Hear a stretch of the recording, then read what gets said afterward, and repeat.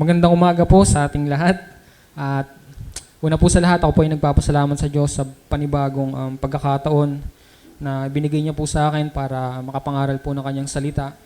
At salamat po sa Panginoon dahil tayo pong muli ay narito magkakasama. Kasama po natin ang ating pamilya, ating mga mahal sa buhay, ating mga kaibigan.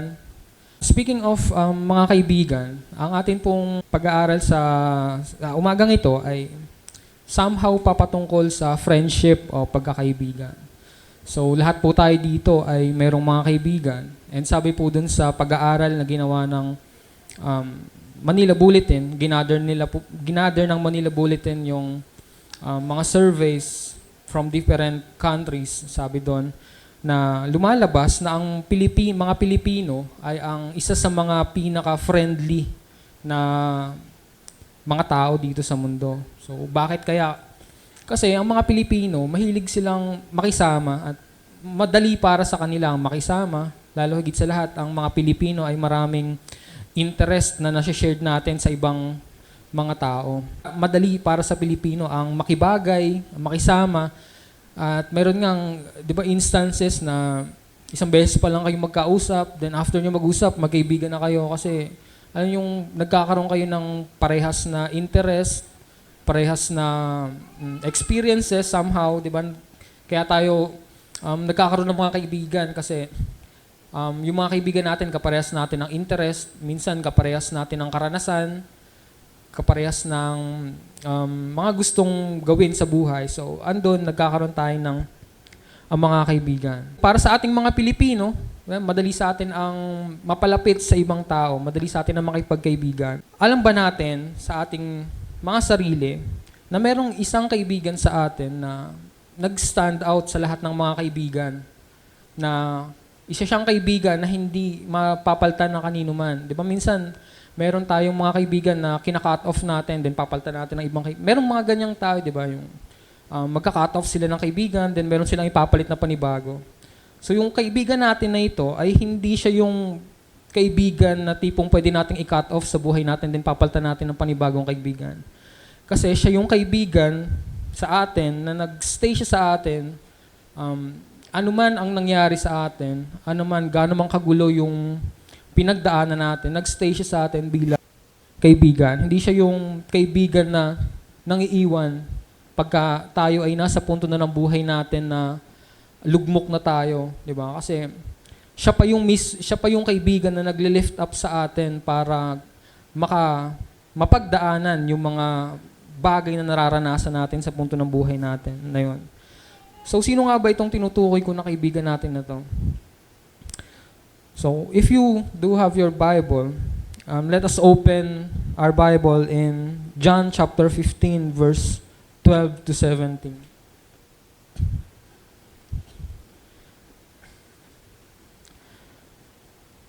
Sabay-sabay nating basahin. John 15, chapter 12, verse 17. My command is this, love each other as I have loved you. Greater love has no one than this, to lay down one's life for one's friends. You are my friends, if you do what I command. I no longer call you servants, because a servant does not know his master's business. Instead, I have called you friends, for everything that I learned from my Father, I have made known to you. You did not choose me, but I chose you and appointed you so that you might go and bear fruit that will last. And so whatever you ask in my name, the Father will give you. This is my command, love each other. So, 2 beses po nabanggit sa mga talata na ito na sinasabi ni Jesus that you are my friends. 2 beses niyang in-emphasize dito na yung mga taong kinakausap niya sa sandaling ito ay kanyang mga kaibigan. At mamaya malalaman natin na hindi lamang yung mga kinakausap niya sa panahon na yon, yung kanyang sinasabihan ng kaibigan, at kundi maging tayo sa panahon na ngayon ay kinakausap ng Diyos at sinasabihan niya na kaibigan kita. We are once an enemy of God, but Jesus Himself made us His friends. For an enemy to being his friends. Noong tayo hindi pa nakakakilala sa Diyos, tayo ay mga kaaway ng Diyos. Tayo ay rebelde. Ginagawa natin yung mga ayaw ng Diyos. At yun pa yung mas pinipili natin gawin, di ba? Yung gawin yung ayaw niya. At ngayon, mayroong dumating sa punto natin na tayo ay kinaibigan ng Diyos. Tinuring niya tayo mga kaibigan. Meron ba tayong ganyang experience? One time, may kaaway tayo, then suddenly, after sometimes, naging kaibigan natin siya. Kasi ako may natatandaan ako isang tao, ganun eh. Kaaway ko siya nung high school eh. Galit na galit ako sa kanya kasi taray-taray niya. Halos hindi kami nag-uusap. Pag magkikita lang kami, nag-iirapan pa kami. Mga ganung bagay. But suddenly after, nung makagraduate kami, then may kanya-kanya na kaming buhay, naging magkaibigan kami. So, di ba para sa atin, hindi naman lahat ng tao nakakaranas yan eh, na meron kang kaaway, tapos magiging kaibigan mo. Parang ang hirap nun eh. Ang hirap maging kaibigan ng kaaway mo. But God, na tinuring nating kaaway, kasi nga, iniisip natin na yung kanyang mga utos ay pagsakal sa ating karapatan. Di ba? Ang dami namang utos ng Diyos. Ano ba yan? Commandments na naman yung tinuturo nila. Commandments na naman yung sinasabi ng Diyos. Na tinuturing natin na nakaaway natin ng Diyos kasi nga feeling natin yung sinasabi ng Diyos ay laging against sa gusto natin. Na sinasakal tayo ng Diyos dahil sa kanyang mga salita. But iniisip natin na yung ginagawa ng Diyos na yun para sa atin ay para mapabuti yung kalagayan natin at hindi tayo mapasama. Tinuring natin na kaaway ang Diyos at dahil doon, tayo ay naging kaaway ng Diyos dahil sa ating mga kasalanan. But suddenly, sinabi ni Jesus, mga kaibigan ko kayo. Kaaway tayo ng Diyos, ngunit dumating yung punto na tayo ay kinaibigan niya din sa pamamagitan ni Jesucristo. From an enemy to being His friends. Jesus walked with us humans to share experience with us. Si Jesus ay hindi lamang nabuhay dito sa mundong ito para mamatay. Siya ay nabuhay rin dito para makaisa sa ating paghihirap, makaisa sa ating mga nararanasan. Nang sa ganoon, mismong ang Diyos ay makisalamuha sa ating mga tao. Hindi upang maintindihan ang ating nararanasan kasi alam naman niya yung nararanasan natin, but to makibahagi sa lahat ng nararanasan natin. He is God that dwelt among us to become His friends. Siya ay nakikisalamuha sa atin. Hindi naman siya responsable para makipamuhay sa atin, but ginawa niya iyon upang tayo ay mapalapit sa Kanya. So, it is indeed that Jesus is our friend. Base dun sa ating mga nabasang talata. So, minsan meron tayong nakakalimot tayo. Di ba? May mga kaibigan tayo na may ginagawa para sa atin, pero hindi natin nakikita yung ginagawa ng kaibigan natin na yun para sa atin. Or minsan hindi natin talaga alam kung ano ba yung ginawa ng kaibigan natin na yun. Minsan take for granted natin yung mga friends natin kasi hindi natin alam yung ginagawa nila para sa atin. Akala natin wala lang. But actually, they are doing something for us na talaga namang nakakatulong para sa atin. And sometimes, ganun din sa ating Panginoong Jesus, di ba?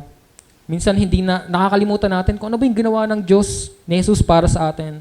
Yung worst is, hindi talaga natin alam kung anong ginawa ng Diyos para sa atin. So today, in this morning, we will discuss, or we will study, what has our friend Jesus done for us?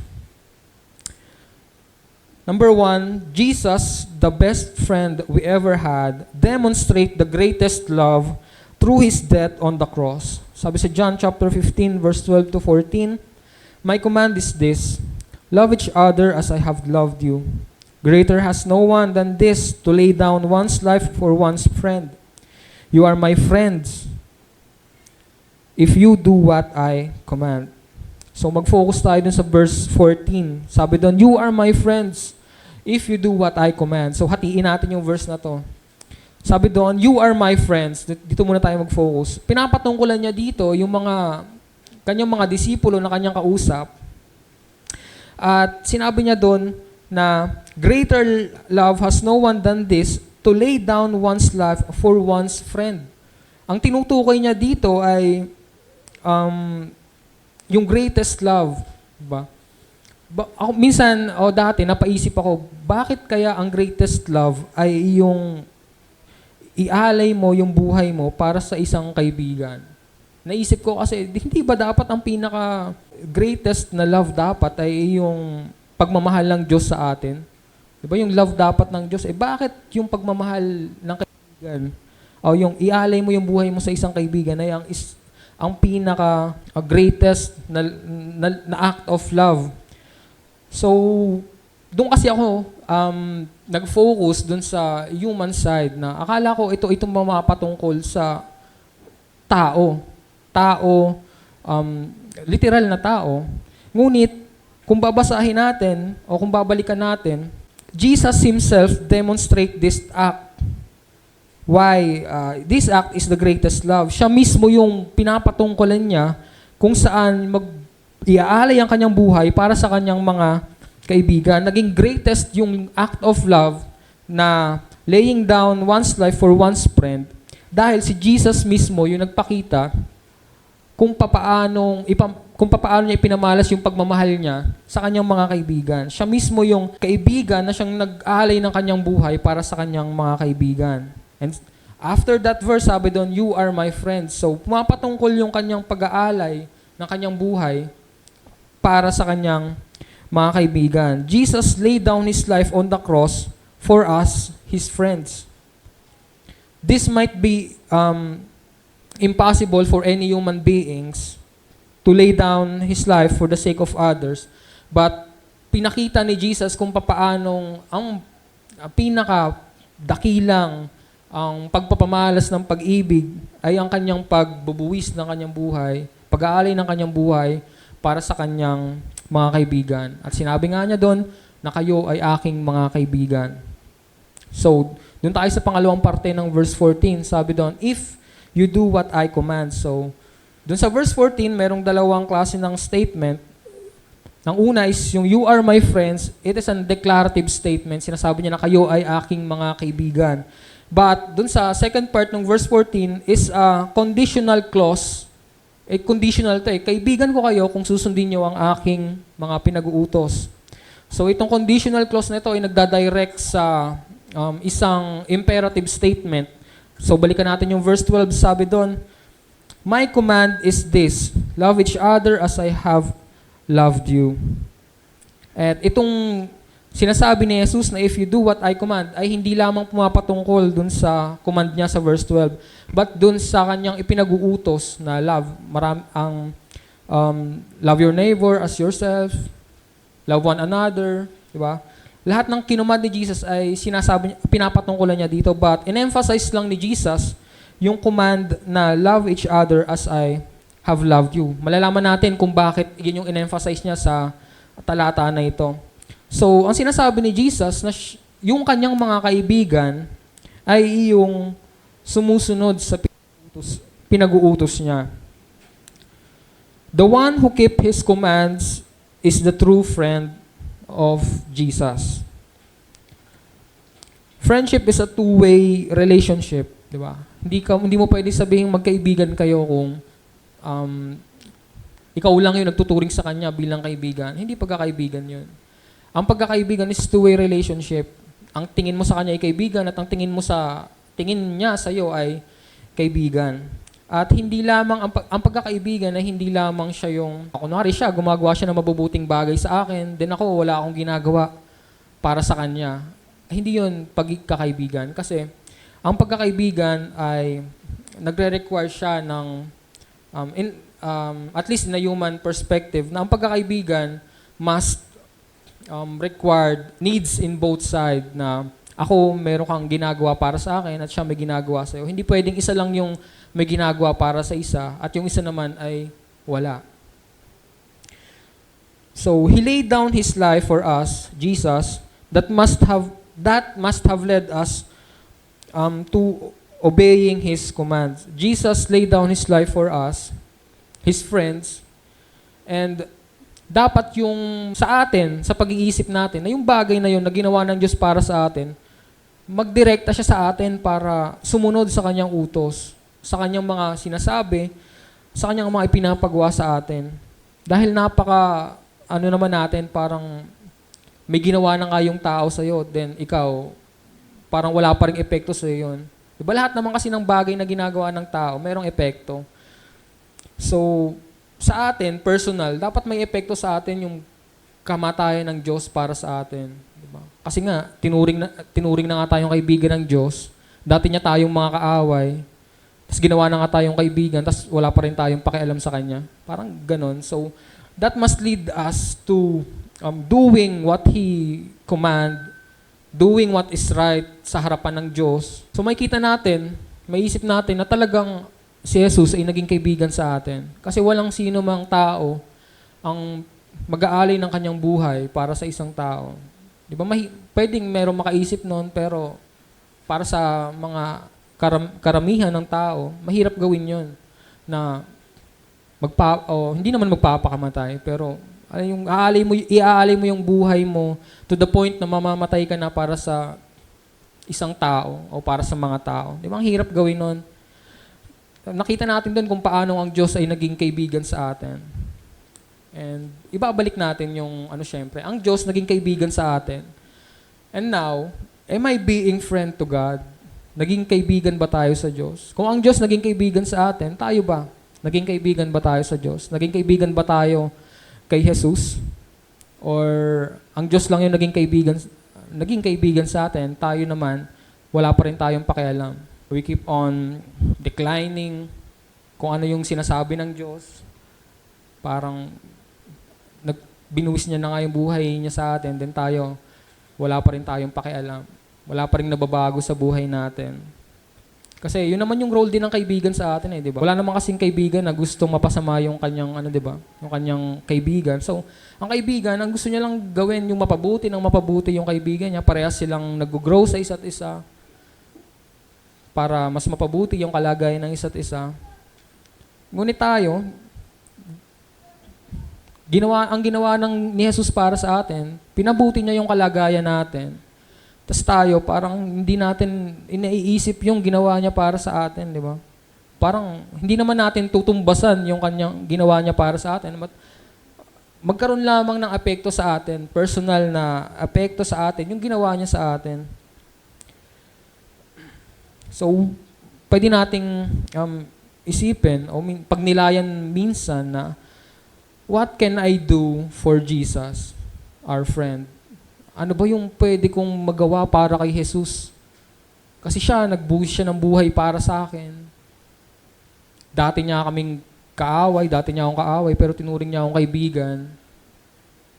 Dati akong rebelde sa kanya, pero tinuring niya pa rin akong kaibigan. So ano ba yung pwede kong gawin para kay Jesus? Ano ba yung pwede kong gawin para makabawi man lang sa ginawa niya para sa akin? Jesus, our friend, laid down His life for us. And can we do the same?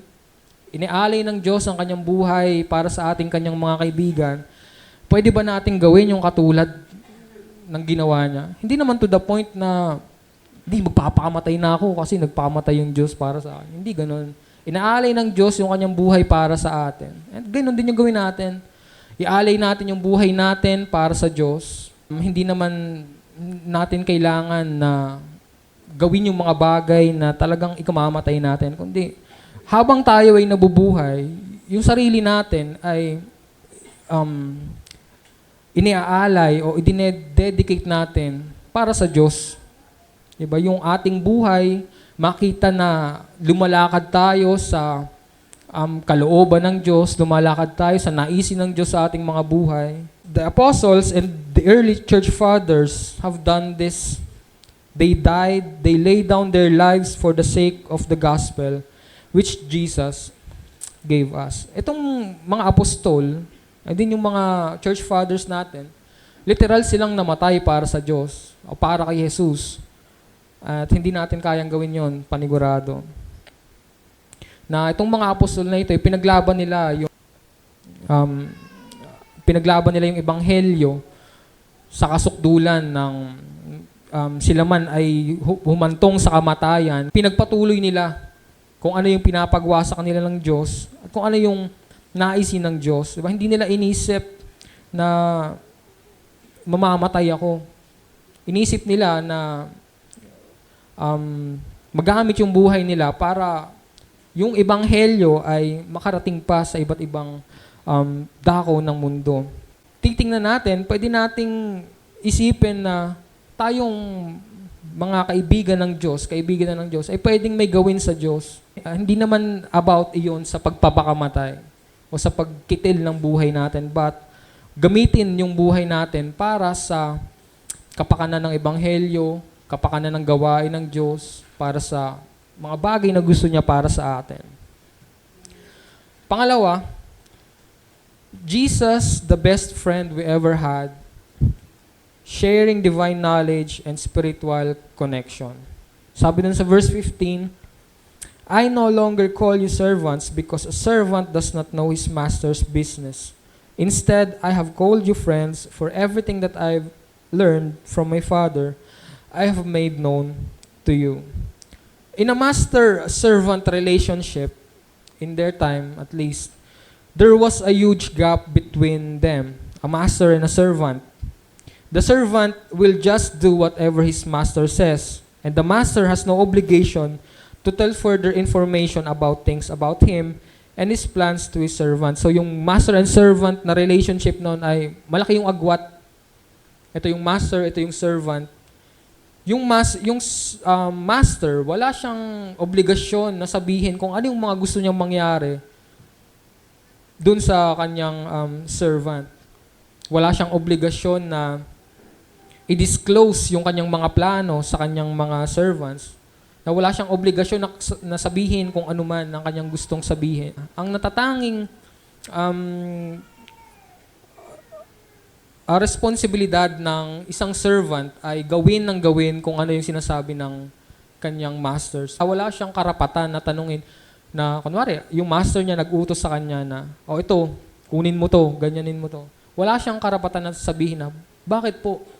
Wala siyang karapatan na tanungin yung bagay na yun. Para saan po ito? Yung mga servant o mga slaves, wala silang karapatan na magtanong tungkol sa kanilang masters. Wala silang karapatan malaman yung mga bagay na meron sa kanilang mga masters. Ang kanila lang gagawin ay gawin ng sundin yung sinasabi ng kanilang mga masters. They will just obey what he says. Yan. Gagawin lang nila kung anong sinasabi ng kanilang mga masters.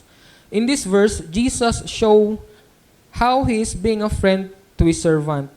He taught them and also us the things that we should know about him. Natuto tayo ng mga bagay mula sa kanyang mga sinabi at mga ginawa niya. So sabi dito sa mga verses na to, na hindi na tayo, I no longer call you servants. Kausap niya dito yung mga disipulo, na hindi niya na tinatawag ng mga servants o tagapaglingkod yung kanyang mga disipulo, mga apostol, kundi tinawag niya na itong mga kaibigan. Ngunit hindi nito kinakancel, hindi nito tinatanggal yung reality na tayo ay mga servants ng Diyos. Ang pamamaraan lamang ni Jesus para ipakita yung ating relasyon sa Kanya ay hindi nito nilesen yung ating pagiging servant. Ngunit pinakita ni Jesus kung gaano tayo vina-value bilang mga lingkod niya at tinawag niya na nga tayong mga kaibigan. Jesus is an ethical genius. He teaches us how to live a good life, a morally upright person. Sa kanyang mga pangangaral, sa kanyang mga pagtuturo, nakita natin kung gaano niya ine-emphasize yung morality na dapat taglayin ng kanyang mga tagasunod. Tinuro niya sa atin o dinisclose niya sa atin kung ano ba yung mga bagay na dapat nating taglayin bilang tayo yung mga anak ng Diyos, bilang tayo mga mananampalatayana ng Diyos. So, itinuturo niya dito kung paano mamuhay ng naayon sa kagustuhan ng Diyos. Ni-reveal niya yun sa atin, yung mga bagay na yon. Isa pa ay yung ni-reveal ng Diyos o ni-reveal ni Jesus sa atin, yung mga bagay na mangyayari, hindi lamang sa panahon nila, kundi dun sa mga darating pang panahon. Na darating yung panahon ng paghuhukom, darating yung panahon ng pag-aani, darating yung panahon ng pagtatapon sa dagat-dagatang apoy. Mga bagay na yan ay tanging ang Diyos lamang ang nakakaalam.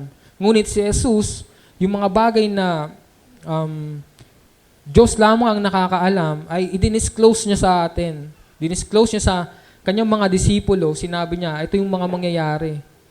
Nireveal niya sa atin yung mga bagay na hindi natin alam dati. Kasi yung mga apostol na ito, hindi naman nila alam yung mga patungkol sa mga bagay na yun.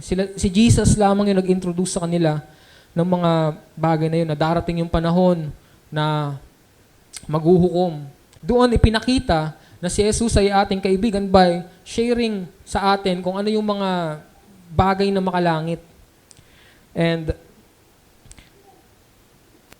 pwede nating isipin na hindi naman na pala tayo mga servants, mga kaibigan naman na pala tayo ni Jesus. Hindi kinakansela ng sinasabing ito ni Jesus ang kanyang pagkapanginoon at ang ating tagapaglingkod. Ngunit ipinahayag niya sa atin na higit pa sa mga tagapaglingkod ang kanyang turing sa atin na kanyang mga kaibigan. Ang Diyos ay patuloy na nagpapahayag sa atin sa pamamagitan ng kanyang salita. Sa madaling salita, kinakausap niya tayo. Diba? Kasi sa pagbabasa natin ng ating mga Bible, kinakausap tayo ng Diyos. Katulad ng pagkausap ni Jesus sa kanyang mga disipulo, ay katulad din ng pagkausap niya sa atin. Na tila ba parang kaharap natin ng Diyos sa tuwing tayo nagbabasa ng kanyang mga salita. God is always speaking to us through His Word. And ngayon, ibabalik naman natin sa ating mga sarili. Kung tayo kinakausap palagi ng Diyos, ganun rin ba tayo sa Diyos? Kinakausap rin ba natin ng Diyos? Learn to speak to God, for God is always speaking to us. For an open communication is helpful for every kind of relationship or friendship. Ang Diyos ay nagsasalita sa atin, kinakausap tayo ng Diyos. At alam natin na sa tuwing binubuksan natin ang Biblia, ay nagsasalita ang Diyos. At sa lahat ng pagkakaibigan, communication ang pinakakailangan. Open communication ay kailangan. Kasi wala namang magkaibigan na hindi nag-uusap, di ba? Hindi mo masasabing magkaibigan kayo kung hindi kayo nag-uusap. We need also to speak to God. Kasi ang Diyos baka, alam mo yung minsan, nag-uusap kayo magkaibigan, then ikaw salita ka ka lang, kwento ka ng kwento, tapos walang sinasabi yung yung kausap mo, parang tango lang ng tango. Di ba nakakatamad makipag-usap sa ganong tao na nagsasalita ka, tapos siya naman, kunwari nakikinig, tango lang sila ng tango, di ba? And yung pagkakaibigan, hindi lamang siya ganon, kasi sinabi ko kanina, hindi siya one way, but it is a two-way relationship na ang Diyos nakikipag-usap sa atin, tayo din dapat nakikipag-usap sa Diyos. Di ba? Pwede natin kausapin ng Diyos, Lord, kamusta? Hindi na natin kailangan kamustahin ng Diyos kasi ang Diyos, alam natin na okay siya. Kasi nga, okay naman talaga siya. Kasi hindi naman pwede magkaroon ng problema ang Diyos kasi Diyos siya. So, pwede natin itanong, Lord, kamusta ba ako sa'yo? Hindi mo siya pwedeng tanongin ng Lord, kamusta? Tanongin lang natin ng Diyos, Lord, kamusta ba ako sa'yo? Am I being friend to you? Am I being a servant to you, Lord? Am I still glorifying your name? Nag-glorify ko pa ba yung pangalan mo? Lord, kamusta ako sa'yo? Am I still doing what is right? Diba? Kasi minsan hindi na natin alam kung ano yung ginagawa natin. Hindi natin alam na hindi na natin naiisip yung mga ginagawa natin. Akala natin nakakaluwalhati pa sa Diyos. Pero actually, minsan hindi na . Kaya kausapin natin ng Diyos na, Lord, kamusta ba ako sa'yo? Nag-glorify pa ba kita? Kasi pag nagtatanong tayo ng ganyan, sigurado ang Diyos ay magre-respond. Sasagot ang Diyos sa pamamagitan ng kanyang salita. Hindi man natin mabasa, kundi ating mapakinggan o ma-reveal sa atin ng Diyos, diba? Sa pamamagitan ng ibang tao. Diba? Gagamit ang Diyos ng ibang tao para sa kanyang kaparaanan upang sabihin sa atin na, ay hindi na anak. Yung mga ginagawa mo ay hindi na nakakaluwalhati sa akin. So, Diba? By speaking to God, by asking questions to God, hindi naman nangangahulugan na pag nagtatanong tayo sa Diyos, ay kino-question natin yung kanyang kredibilidad bilang Diyos. But nagtatanong tayo sa Diyos kasi gusto natin ng kasagutan. Kasi hindi natin alam sa sarili natin, dahil tayo limitado, hindi natin alam sa sarili natin na kung yung ginagawa ba natin ay nakakaluwalhati pa ba sa Diyos. Kaya wag natin kalimutang makipag-usap sa Diyos. Diba?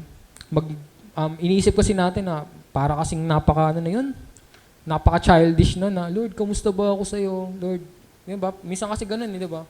Pag nakikipag-usap tayo sa Diyos, parang informal. Ay, hindi naman masama yung maging informal yung pakikipag-usap mo sa Diyos na para kang bata na nagsusumbong sa tatay at nanay mo. Diba? Kasi, mas na-express natin doon yung yung ating nararanasan o yung nararamdaman natin sa Diyos. So, huwag tayong mahiya. Huwag tayong mahiya sa Diyos. Parati natin siyang kausapin. Samahan natin ng panalangin yung pagkikipag-usap natin sa Diyos. So, parati natin magkaroon tayo ng oras para kausapin ng Diyos. Hindi lamang sa mga bagay na ginagawa natin, kundi maglaan tayo ng kaunting panahon. Maglaan tayo ng panahon para sa Diyos. Hindi lamang kaunti, kundi panahon para kausapin siya. Hindi lamang pag may problema tayo, kundi kahit okay tayo, pwede natin kausapin ng Diyos, di ba? Kasi may mga Christians din naman talaga na ganito at believe din ako sa kanila na Lord, nakapasa ako sa exam, ganun. Salamat po sa inyo. Di ba? Hindi naman masama yung ganun at hindi naman childish yung ganung pamamaraan na makikipag-usap sa Diyos. Masarap makipag-usap sa Diyos na para bang talagang magkaibigan kayo, di ba? Hindi yung sineseparate mo yung sarili mo sa Kanya na para bang servant lang ako Servant lang ako, dapat si Jesus, dapat kailangan formal yung pakikipag-usap ko sa Kanya. Hindi ganun. Hindi ganun yung Christianity. At sinasabi ni Jesus na hindi ganun natin dapat siya ituring.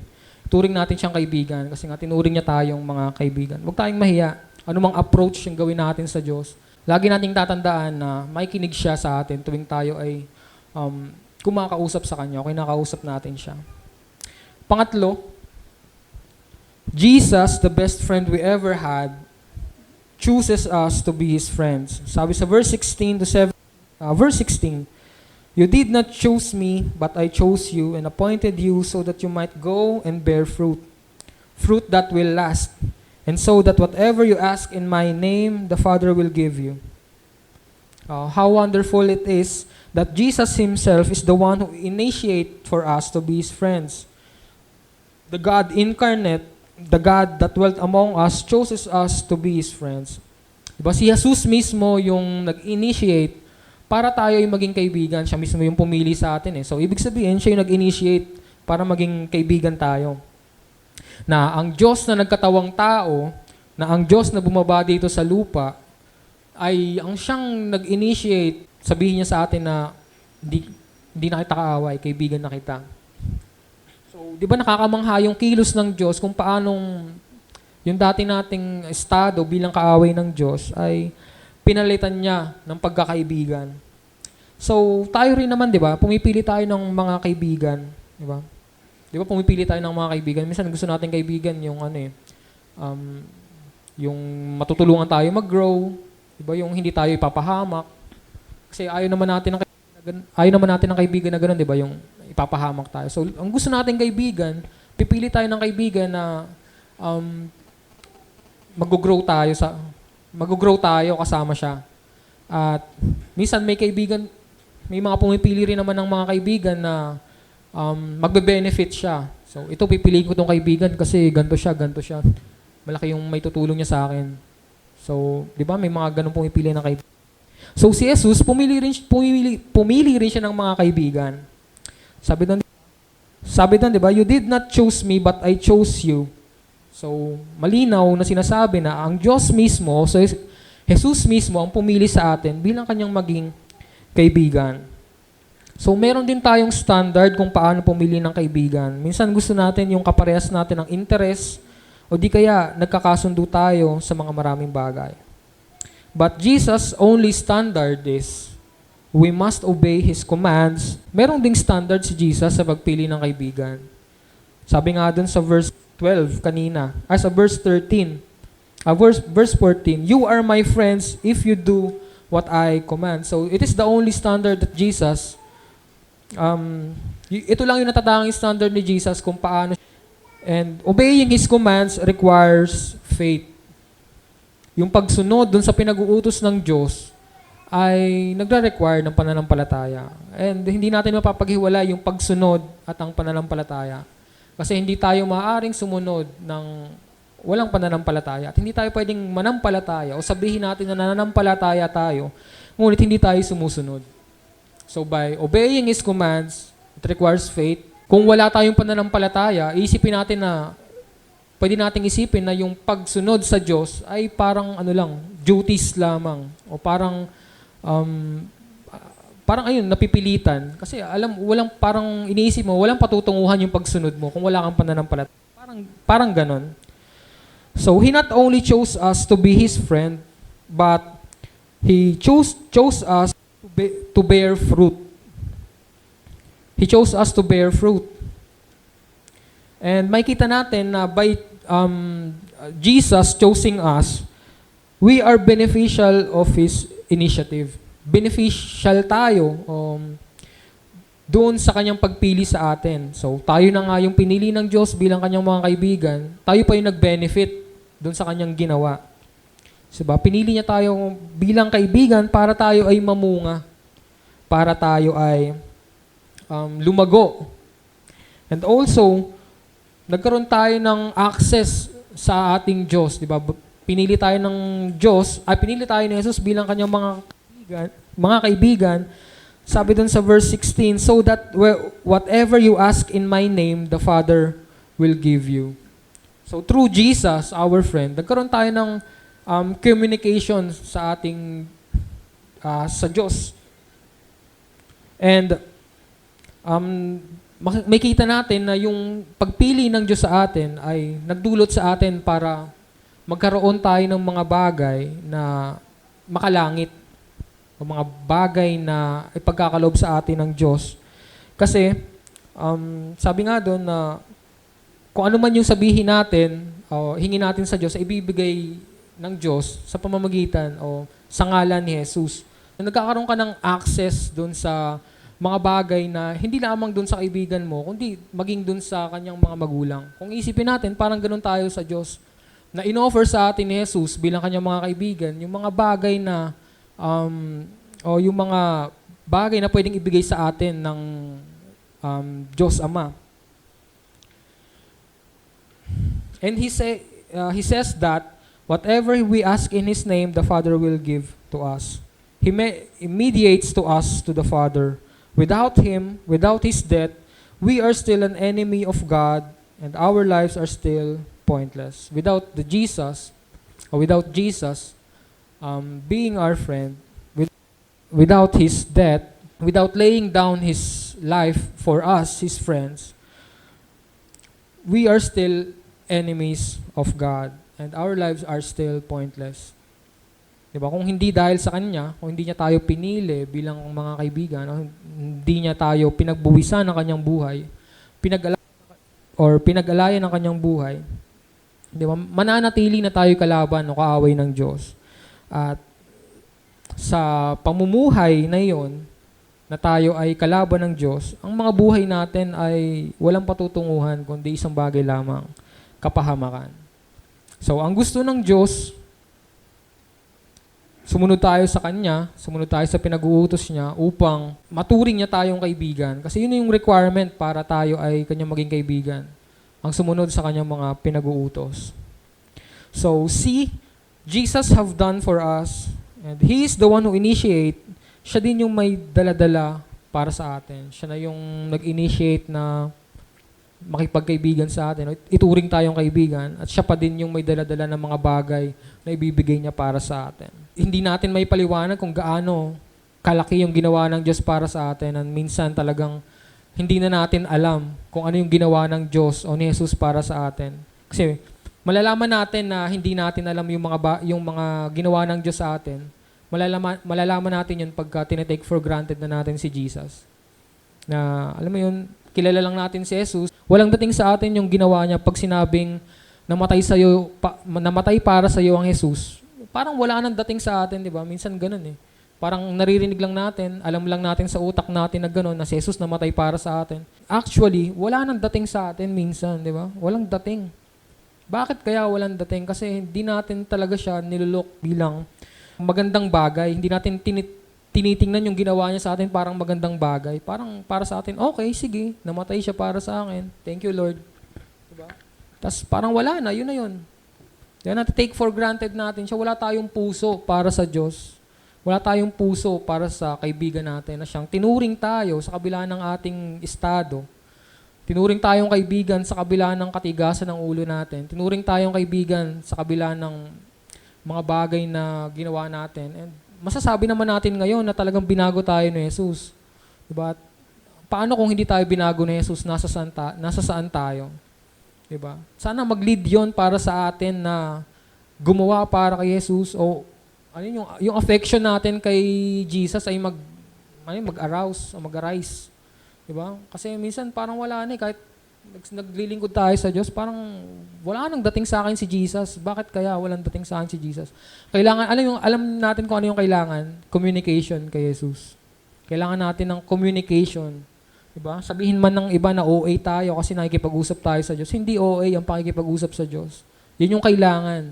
Kasi tayo ay kaibigan ng Diyos at kailangan sa isang relationship, kailangan ng communication. At ang Diyos ay sasagot sa atin sa tuwing tayo kanyang kinakausap. Now, we are friends of Jesus and it is clear to us that whosoever obey His command is His friends. Now we are friends of Jesus, not just us here in our congregation, dito sa ating kongregasyon, but all the Christians in the world. Lahat ng mga Kristiyano sa buong mundo ay mga kaibigan ni Jesus. Now, we are in a big circle of friends that Jesus is the center. Tayo mga kaibigan ng Diyos na si Jesus ang sentro. Kasi di ba, tayo may mga kaibigan tayo sa simbahan, may mga kaibigan tayo sa paaralan, sa trabaho, sa labas, high school friends ko noon, mga dati kong kalaro. Di ba? Ang dami nating circles kasi iba-iba yung gusto ng mga circles natin na nagja-jive tayo sa kanila. But we should remember that all Christians, the true convert Christians, is all in one circle. Lahat tayo ay nasa isang circle of friends ni Jesus. Walang, ito mga Christians na to, ito lang. Ito yung mga Christians. Hindi, nasa isang circle tayong lahat. So God is commanding us, in verse 17, sabi doon, "This is my command, love each other." That was basically what friends do, to love one another. So kaya in-emphasize ni Jesus itong command na ito, that to love each other, ay dahil tayo ay nasa isang circle ng mga magkakaibigan. Hindi man natin sila kakilala o hindi man natin sila alam kung nasaan, but we are all in one circle. At sinasabi ng Diyos, love each other. Jesus has no many circles of friends. He has just one, the one that obey His commands. Therefore, all the Christians that obey His commands are all in one circle. And Jesus commanded us to love each other. Let God use our lives para yung mga taong wala pa sa circle. O, di ba tayo, mga magkakaibigan na tayo kay Jesus. At ang gusto ni Jesus ay gamitin natin yung ating mga buhay para yung mga taong wala pa sa circle of friends ni Jesus ay mapabilang sa mga kaibigan ni Jesus. Let God use our lives para yung mga taong wala pa sa circle natin na ito ay maisama at mapabilang sa mga kaibigan ng Diyos. Sa madaling salita, evangelize. Paano yung mga taong hindi pa kaibigan ni Jesus o wala pa sa circles? Ang gusto ni Jesus, ebanghelyo. Hindi man, alam mo yun, hindi naman yung full blast na evangelism, simulan natin sa mga malalapit sa atin. Diba? May sama natin sa isang bilog kasama si Jesus na siyang sentro. And if Jesus is our friend, He must be our influence. But if the world is our influence, the world is our friend. Kasi hindi mo pwedeng maging kaibigan parehas ang mundo at si Jesus.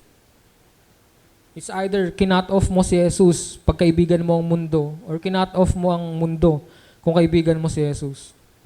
So kung kaibigan natin si Jesus, dapat ang impluensya na meron tayo ay si Jesus. Kung ano yung mga bagay na kanyang sinasabi, ay yun yung ginagawa natin. Kasi yun yung impluensya niya sa atin. Kasi ganoon naman ma-impluensya ng kaibigan, hindi ba? Ma-impluensya ng kaibigan. Lalo kung sama-sama. Madaling maka-impluensya yung mga kaibigan. Kasi alam mo yung kaibigan mo, nagiinom, siniyaya ka, inom ka na rin. Ganun ka ka-impluensya yung mga kaibigan. So kung ang impluensya natin ay si Jesus, dapat magagandang bagay yung ginagawa natin para kay Jesus. So sinusunod natin yung mga utos niya. Pero kung yung impluensya natin ay ang mundo, ginagawa natin yung mga gawain ng mundo, hindi si Jesus yung kaibigan natin. Mundo ang kaibigan natin. Sa pagtatapos ng ng ating pag-aaral ngayon, may iwan lamang akong katanungan sa atin. Who is our friend? Is it Jesus or the world? Let us all pray.